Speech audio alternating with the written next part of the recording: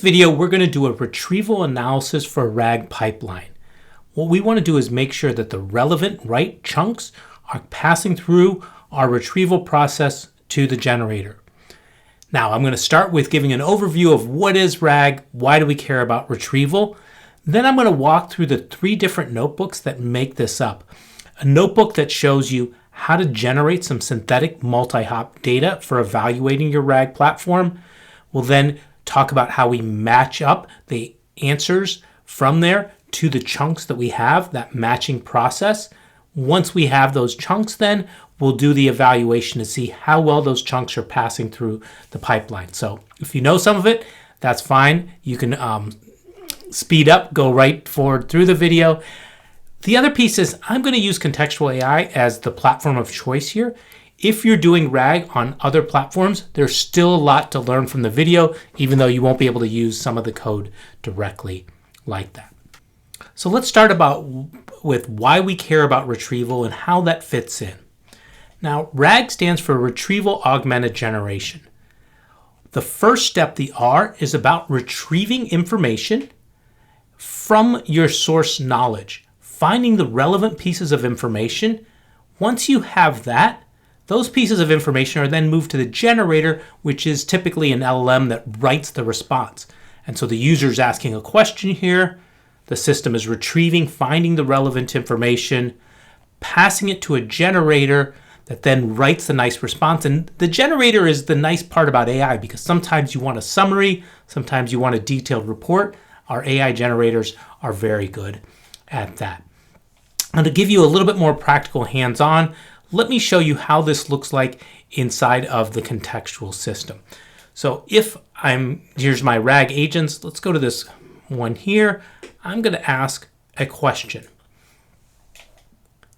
So in this example query, you'll see that we've asked a question. We've retrieved 15 pieces of evidence. Now, each one of these pieces of evidence is what's known as a chunk or a segment of that document, and we can kind of look through the various chunks here.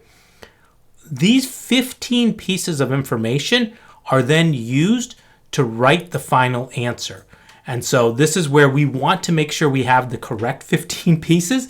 Otherwise, the answer isn't going to be a very good answer if those aren't the correct ones here. And you can see we have the attributions. I can see exactly where that comes from. Now, somebody might be asking me, where's 15? Or can you explain exactly what is the process of how we get these retrievals here? So let me explain the RAG pipeline we're using here. Other RAG systems will have a similar view where when we ask that query, like, is NVIDIA going to be profitable? It's going to go through some steps, maybe a translation or a query reformulation. But a big part here is you're going to search your knowledge store to find the relevant information. Here we're going to use lexical or semantic with our retrieval or embedding model. That's going to bring back a big set of chunks. We'll pass that into a Reranker, which will then take some of those chunks, reorder them, try to find the best ones. And then finally, that'll going to be my final set of retrievals. Now, each one of these steps we can control within the platform. So if I go here and I look under Edit, and this is all available via the API, you'll see that there's settings here for how many retrieved chunks I can get, how many re-ranked chunks should I bring back. So this 15 is why we saw 15 earlier. So hopefully that helps you see the numbers and also sees where we start with lots of retrievals, lots of pieces.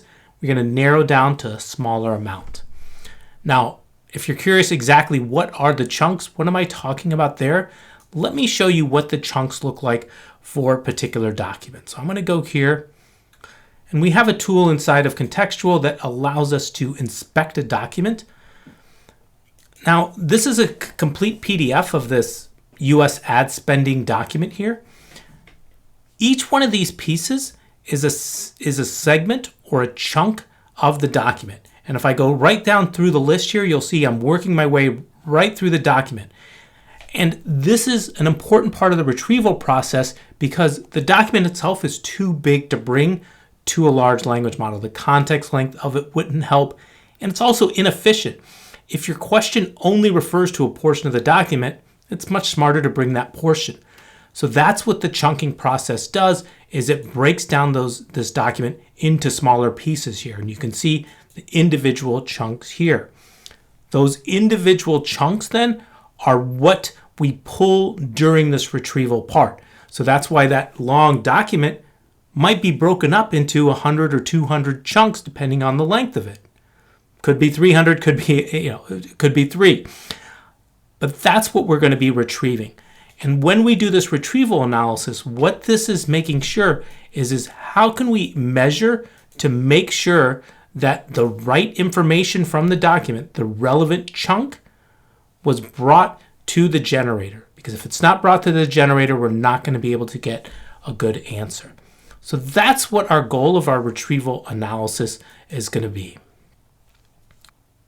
To perform our retrieval analysis, I've set up notebooks which have all of the information in here. So if we go here inside of the examples repo, we'll see that I've set up 3 different notebooks inside of here.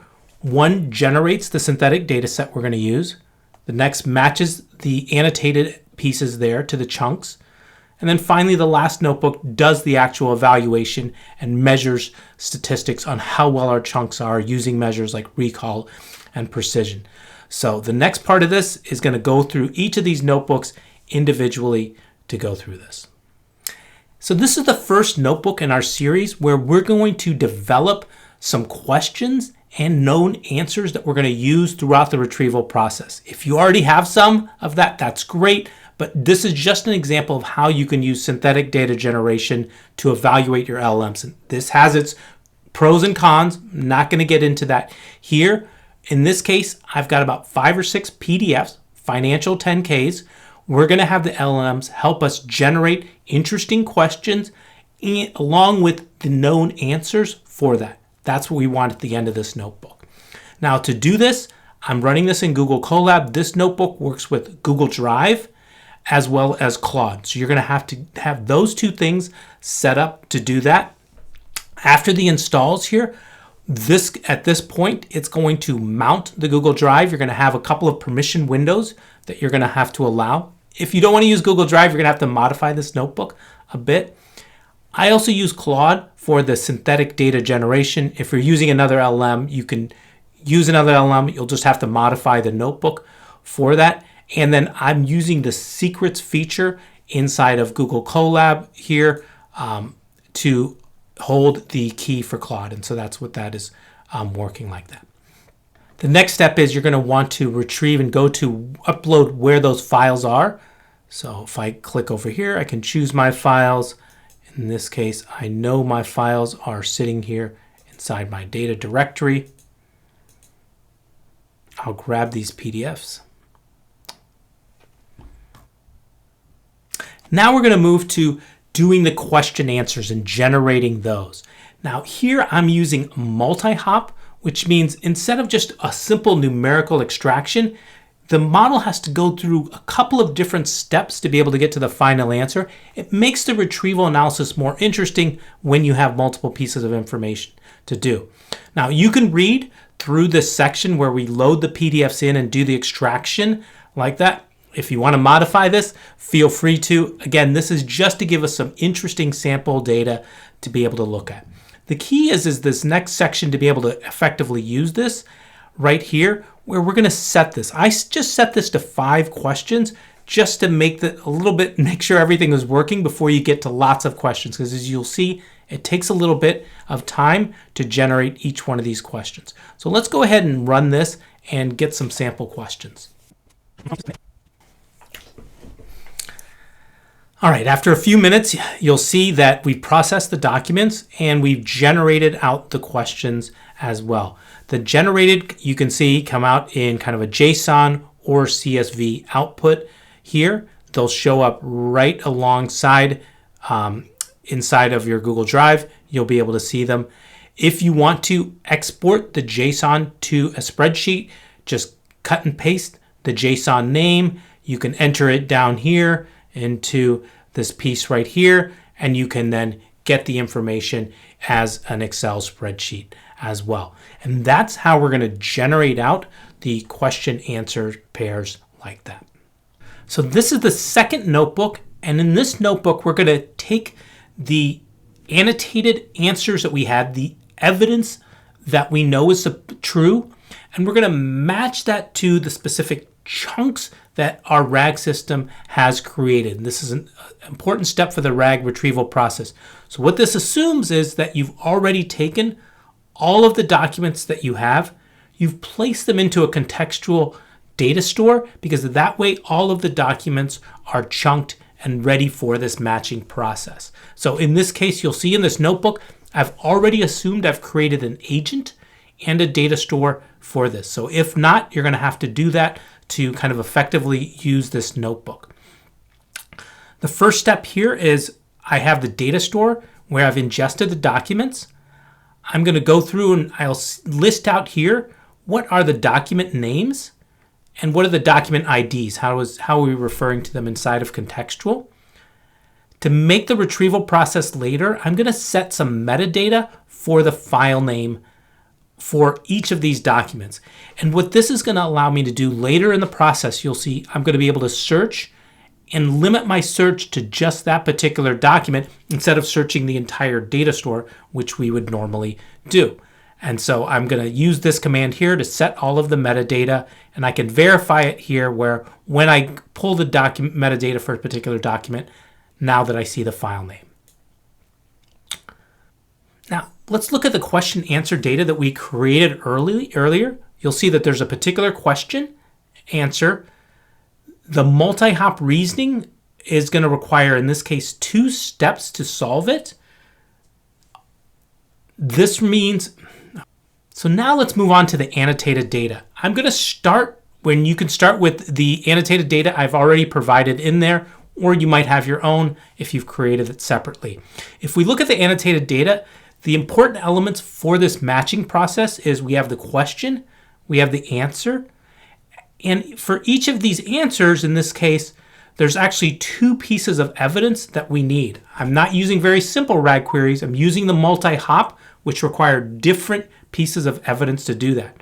So that means each of these different steps here have related chunks.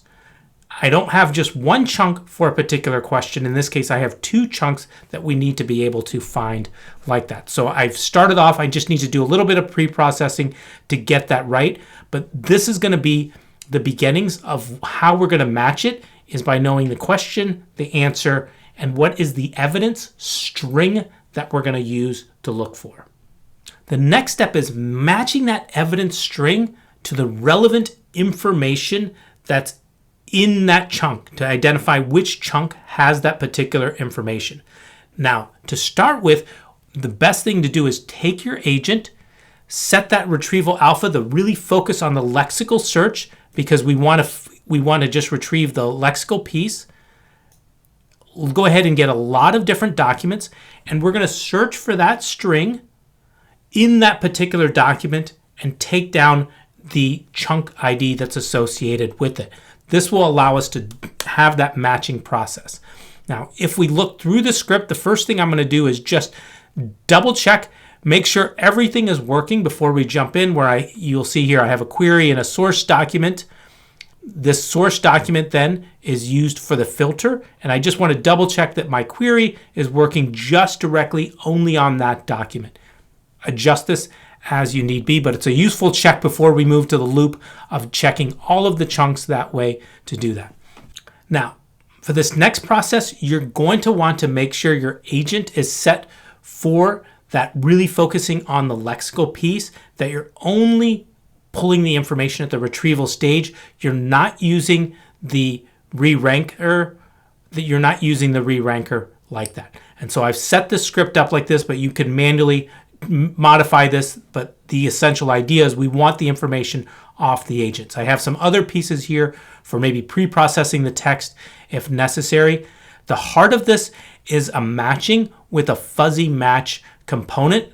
I've got descriptions here of how the fuzzy match works, and we can adjust the score for how close of a fuzzy match that you have kind of setting here. But this is the heart of it, of going through, retrieving all the relevant chunks, figuring out which chunk has the closest to that annotation. So here's the thing.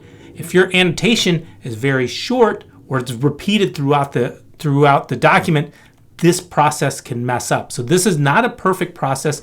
And if I had to do this, I would actually do this process entirely when I was annotating the document to know exactly where in the document in terms of where in the position of the page it was to be able to accurately track the chunk.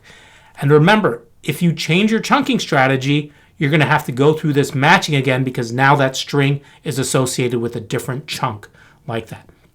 But at the end of the day, once you've done this, you'll be able to then match and identify exactly which chunk is set for a particular document.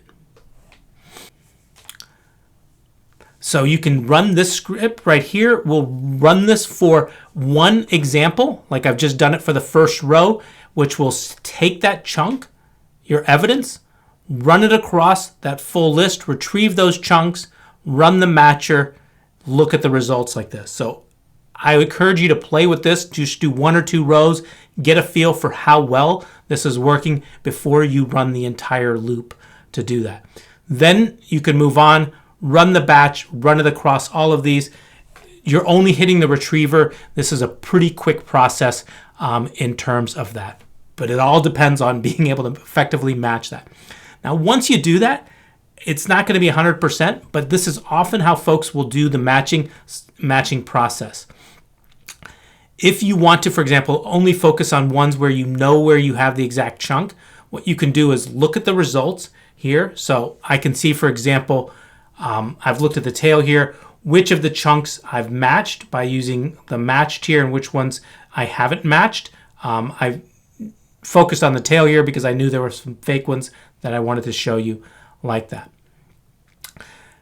If you only want to get the ones that you've known that you've matched, which makes sense if you're going to measure the retrieval quality, what you can do then is just filter down the data set a little bit, only keep the ones that are the good retrievals, so that way you have solid data to be able to test to the next part. And that's what I've done here, and I've went ahead and saved that out, and you can use that for the next step of the process as well. So now you have high quality chunks to evidence strings. Now in this third notebook, we're going to actually measure the retrieval performance with using a variety of different metrics. The first step is making sure you have an agent that's set up because that's going to be a necessary piece. In this case, the way my data is set up is I have the prompt, which will be set to the retrieval system. Then I have my evidence strings.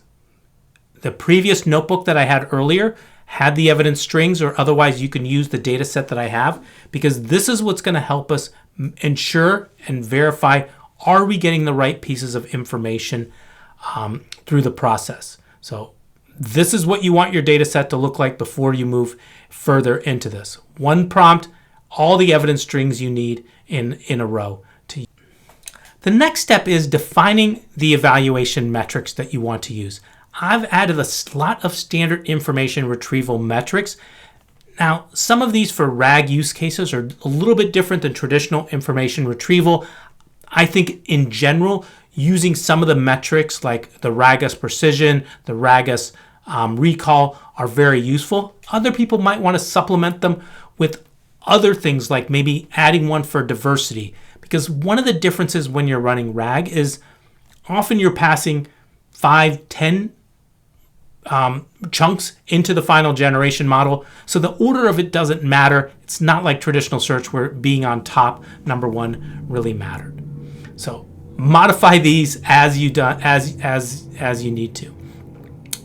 So I like to always start very simple, make sure things are working. So I have another example here where what we're going to do is we're just going to query our RAG agent. We're going to make sure we pull back all the retrieved chunks so that way we can kind of make sure we can get the strings to match them. And we're going to see for a particular query, what are all the chunks that came back? And I can see here all the chunks that came back because this is going to help us identify, are we getting the right chunks or not? So once this is working and you know you're getting the proper content ID strings, then you can go ahead, run run the larger functions, which is now going to take that and run it across all the different metrics. So this is where you would adjust all the pieces like that, and then bring back and return back all the scores for a particular example. So baby steps again. I'm going to run one example here where I run this on one particular row. Okay. So now we see the results on one particular row. It's kind of hard to see here. I'll go ahead and just copy and paste that. This is kind of what the final results look like for this particular one, where you can see the question that we've asked, and then we'll see all the different metrics that we've been able to calculate along with the content IDs that were received as well. So now we know that this is working. This is great. We can go ahead and do a full evaluation run across all of these where I'm just running a loop against everything that I have. I like to save these things partially just in case something goes wrong. But once we have that, we'll go ahead and just save out the final results out. Then we can analyze the results as a whole for our entire data set. So this is what I've done here. I can see, for example, what is the recall according to K of K equals 10. If I want to look at my RAGAS recall, I can see I'm at about 90% of the documents coming back like that. We'll have a deeper conversation at some point about all the metrics, but at least this way you know all the concrete steps you would have to do to be able to do a full retrieval analysis using contextual as well.